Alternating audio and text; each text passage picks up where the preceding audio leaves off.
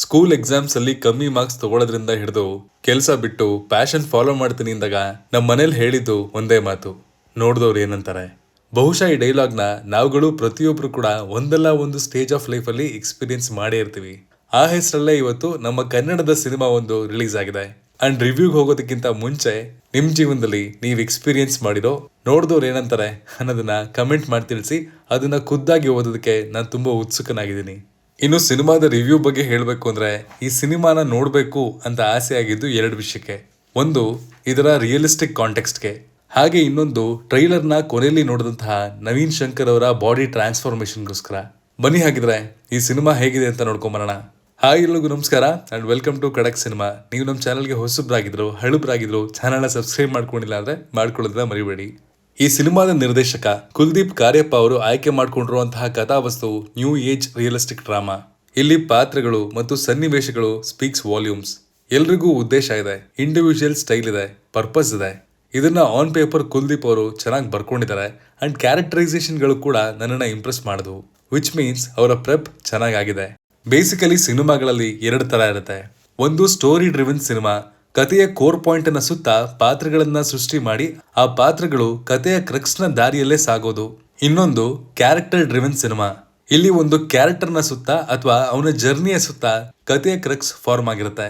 ನೋಡಿದವರು ಏನಂತಾರೆ ಎರಡನೇ ಕ್ಯಾಟಗರಿಗೆ ಸೇರುತ್ತೆ. ಸಿದ್ಧಾರ್ಥ್ ದೇವಯ್ಯ ಅನ್ನುವಂತಹ ಪಾತ್ರದ ಜರ್ನಿನೇ ಈ ಕತೆ.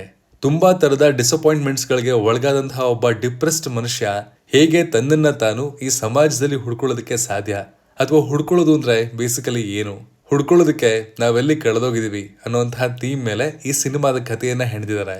ವಿಚ್ ಈಸ್ ಇಂಟ್ರೆಸ್ಟಿಂಗ್ ಅಂಡ್ ಇವತ್ತಿನ ಕಾಲಕ್ಕೆ ವೆರಿ ರಿಲಿಯಬಲ್ ಕೂಡ. ಸಿನಿಮಾದ ಲೆಂತ್ 2 ಗಂಟೆ 16 ನಿಮಿಷ ಇದೆ. ಸಿನಿಮಾದ ಮೊದಲಾರ್ಧ ಮತ್ತು ದ್ವಿತೀಯಾರ್ಧವನ್ನ ನೋಡಿದ್ರೆ ನನ್ನನ್ನ ಸೆಕೆಂಡ್ ಹಾಫ್ ಬಹಳ ಎಂಗೇಜ್ ಮಾಡ್ತು.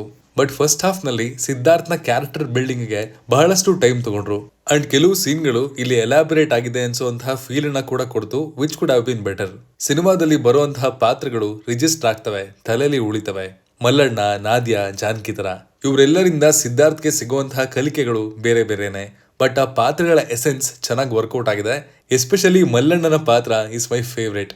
ಆ ಪಾತ್ರ ಹೇಳುವಂತಹ ಮಾತುಗಳು ಬರೀ ಸಿದ್ಧಾರ್ಥ್ನ ಪ್ರಶ್ನೆಗಳಿಗೆ ಮಾತ್ರ ಉತ್ತರ ಸಿಗ್ಲಿಲ್ಲ. ಬೆಂಗಳೂರಲ್ಲಿರುವಂತಹ ನಮ್ಮಂತ ಬಹಳಷ್ಟು ಮಂದಿಗಳ ಮನಸ್ಸಲ್ಲಿರುವಂತಹ ಕೆಲವು ಪ್ರಶ್ನೆಗಳಿಗೂ ಕೂಡ ಅಲ್ಲಿ ಉತ್ತರ ಸಿಗುತ್ತೆ. ಅಂಡ್ ಪಾತ್ರ ಮಾಡಿರುವಂತಹ ಹುಡುಗ ಕೂಡ ತುಂಬಾ ನ್ಯಾಚುರಲ್ ಆಗಿ ಅಭಿನಯಿಸಿದಾನೆ. ಅಂಡ್ ಆ ಸೀಕ್ವೆನ್ಸ್ ಇಡೀ ಸಿನಿಮಾದಲ್ಲಿ ನನ್ನ personal favourite. Apoorva Bharadwaj as Nadya on screen ಚೆನ್ನಾಗಿ ಕಾಣಿಸ್ತಾರೆ. ಆ ಪಾತ್ರವನ್ನ ಈಸಿಯಾಗಿ ಫುಲ್ ಆಫ್ ಮಾಡಿದ್ದಾರೆ. ಬಟ್ ಯೆಟ್ ಇನ್ನೂ ಆ ಪಾತ್ರದ ಕಂಪ್ಲೀಟ್ನೆಸ್ ನಮಗೆ ಫೀಲ್ ಆಯ್ತು ಅನ್ನೋದಕ್ಕಿಂತ ಮುಂಚೆನೆ ಆ ಪಾತ್ರ ಫೇಡ್ ಆಫ್ ಆಗ್ಬಿಡುತ್ತೆ. Padmavati Rao after so many years makes a sensible come back. Janaki ಆಗಿ ಶಿ ಲುಕ್ಸ್ ರಿಯಲ್. ಅವರ ಪಾತ್ರಕ್ಕೆ ಬೇಕಿದ್ದ ಎಮೋಷನಲ್ ಡೆಪ್ತ್ ಅನ್ನ ಚೆನ್ನಾಗಿ ಡೆಲಿವರ್ ಮಾಡಿದ್ದಾರೆ ಅಂಡ್ ಕ್ಲೈಮ್ಯಾಕ್ಸ್ ಸೀಕ್ವೆನ್ಸ್ ನ ರೌಂಡ್ ಆಫ್ ಚೆನ್ನಾಗಿತ್ತು. ಇನ್ನು ಕಥೆಯ ಮುಖ್ಯ ಪಾತ್ರಧಾರಿ Naveen Shankar is one of the rarest find ಅಂತ ಮತ್ತೆ ಪ್ರೂವ್ ಮಾಡಿದ್ದಾರೆ. ಅವರಿಲ್ಲದೆ ಯಾರೇ ಈ ಪಾತ್ರವನ್ನ ಮಾಡಿದ್ರು ನನಗೆ ಗೊತ್ತಿಲ್ಲ ಸಿದ್ಧಾರ್ಥ್ನ ಪಾತ್ರ ಇಷ್ಟು ಅಪೀಲಿಂಗ್ ಆಗಿ ಬರ್ತಿತ್ತ ಅಂತ. ಮೈನ್ಯೂಟ್ ಬ್ರೆತ್ಸ್ ಇಂದ ಹಿಡಿದು ಮೇಜರ್ ಬಾಡಿ ಟ್ರಾನ್ಸ್ಫಾರ್ಮೇಶನ್ ವರೆಗೂ he has given his heart out. ಇವರ potential, intense acting abilities, voice, looks ಎಲ್ಲವೂ ತುಂಬಾ ಮಾಗಿದೆ. ಅಂಡ್ ಮೊದಲನೇ ಫ್ರೇಮ್ ಇಂದನೇ ಸಿದ್ಧಾರ್ಥ್ ಪಾತ್ರದ ಸ್ಟ್ರಗಲ್ಸ್ ಅನ್ನ ನಮಗೂ ಸೋಕೋ ಹಾಗೆ ಮಾಡ್ತಾರೆ ನವೀನ್. ಈ ಸಿನಿಮಾದ ಬಾಕ್ಸ್ ಆಫೀಸ್ ಕಲೆಕ್ಷನ್ ಏನಾಗುತ್ತೋ ಹೇಳಕ್ಕಾಗಲ್ಲ, ಆದ್ರೆ Naveen Shankar for his performance deserves lot of respect. ಇದನ್ನ ಬಿಟ್ರೆ ನನಗನ್ಸಿದ್ದು ಅಟ್ ಸಮ್ ಪಾಯಿಂಟ್ ಈ ಸಿನಿಮಾ ನೋಡಬೇಕಿದ್ರೆ ನನಗೆ ಹೊಂದಿಸಿ ಬರೇರಿಯಾ, ರಂಜಿತ್ ಮತ್ತು ನೋಡಿದವರು ಏನಂತಾರೆ ಸಿನಿಮಾದ ಸಿದ್ಧಾರ್ಥ್ ಇಬ್ಬರ ಎಮೋಷನಲ್ ಜರ್ನಿನ ಒಬ್ಬನೇ ನಟ ಅಭಿನಯಿಸಿರೋದ್ರಿಂದ ಸ್ವಲ್ಪ ಸಿಮಿಲರ್ ಅಂತ ಅನಿಸ್ತು. ಅಂಡ್ ಈ ಹಿಂದೆ ನವೀನ್ ಶಂಕರ್ ಅವ್ರನ್ನ ಈ ರೀತಿಯ ಇಂಟೆನ್ಸ್ ಎಟ್ ಡಿಪ್ರೆಸ್ಡ್ ಪಾತ್ರಗಳಲ್ಲಿ ನೋಡಿರೋದ್ರಿಂದ ಇವರ ಕ್ಯಾಲಿಬರ್ ಅನ್ನ ಇಲ್ಲಿ ನೋಡಿದ್ದಾಗಿದೆ, ಕೊಂಡಾಡಿದ್ದಾಗಿದೆ. ಆ ರಿಪಿಟೇಟಿವ್ ಝೋನ್ ಇಂದ ಹೊರಗೆ ಬಂದು ಒಂದು ಬೇರೆದೇ ಆಯಾಮದಲ್ಲಿ ಒಳ್ಳೆ ಪಾತ್ರದಲ್ಲಿ ಅವ್ರನ್ನ ನೋಡ್ಬೇಕು ಅನ್ನೋಂತಹ ಅಪೇಕ್ಷೆ ಕೂಡ ಈಗ ಶುರುವಾಗಿದೆ. ಮಯೂರೇಶ್ ಅಧಿಕಾರಿ ಅವರ ಮ್ಯೂಸಿಕ್ ಡೀಸೆಂಟ್ ಆಗಿದೆ.